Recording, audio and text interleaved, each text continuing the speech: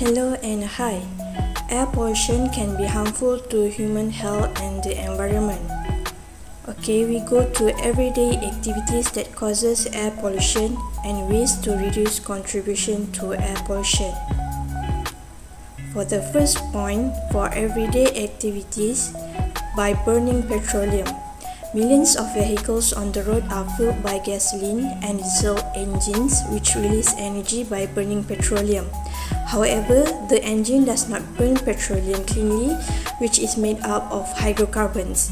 As a result, pollutants such as particulate matter, or we call SPM, carbon monoxide, and organic compounds are discharged by vehicles such as cars, trucks, trains, and aeroplanes, resulting in high pollution levels. Humans are extremely reliant on this means of transportation since it is a component of their basic daily necessities. On the other hand, the excessive use of this burning of fossil fuels will damage the environment by contaminating the atmosphere with toxic substances. Next, ways to reduce our contribution to air pollution. First point, taking public transportation is a quite certain way to reduce air pollution because it uses less petrol and energy. Second point, we can consider using carpooling method. This option may be used to save energy and money if you and your co-workers are from the same area and work at the same time. Using public transportation also can help you save money in addition to decreasing fuel and gas emissions. Therefore, to prevent pollution, the public is urged to use more types of public transportations. For open burning, the harmful effect of open burning is the nitrogen dioxide that emitted by gas stove is powerful oxidizer that combines with when combined with oxygen and water vapor, it will produce nitrate and nitric acid. The smoke and greenhouse gases can also be emitted by polymelting gas stove.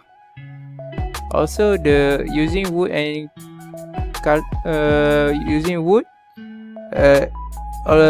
also release aerosol, which can cause the risk of lung cancer. Okay, the ways to overcome it is by using the induction cooker that use electromagnetic energy rather than direct heat transmission. And if you really need to burn coal or wood, you must look for contemporary model stove with minimal emission and only burn dry, unpainted and untreated wood, and don't burn rubbish and packaging. Volatile organic compound VOC. The sources of VOC, 45% is motor vehicle and 50% industrial process and others consumers solvent. And this is the sources of VOC. And as we know, the use of VOC like aerosol are produced naturally and contribute to indoor air pollution. And smoke release vapors emit from things like hairspray, cleaning, good, and also pesticide, deodorant, as well as burning fuel like gas and wood considerably increase the air pollution. VOC such as release the harmful gases which is acetone, cycline and formaldehyde, ammonia and bleach are found in many cleaning material and household items. And there's the sources of VOC also affect the human health. As we know, this compound have had related to headache, persistent respiratory problem, asthma, and allergic reaction, among other things. And although additional research is needed to fully comprehend the exact effect of breathing this chemical, one study identified a link between women who clean at work or at home also has a loss in lung function.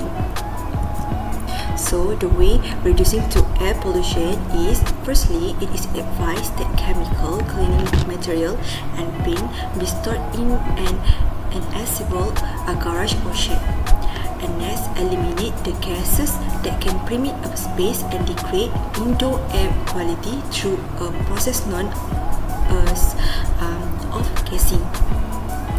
Improving ventilation by opening a window, cleaning air vent, and adding under door vent are all measures that can help counteract excessive level of pollution.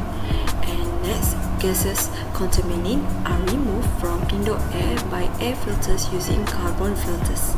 And lastly, VOC and other hazardous gases are captured by this filter using an absorption technique. Another everyday activity that causes pollution is a household appliance.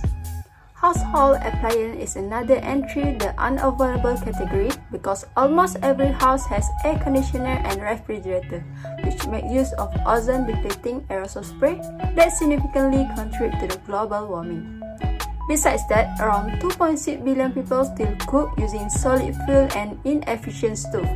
This cooking practice produces high level of household air pollution with a range of health-damaging pollutants, including small soot particles that penetrate deep into the lung.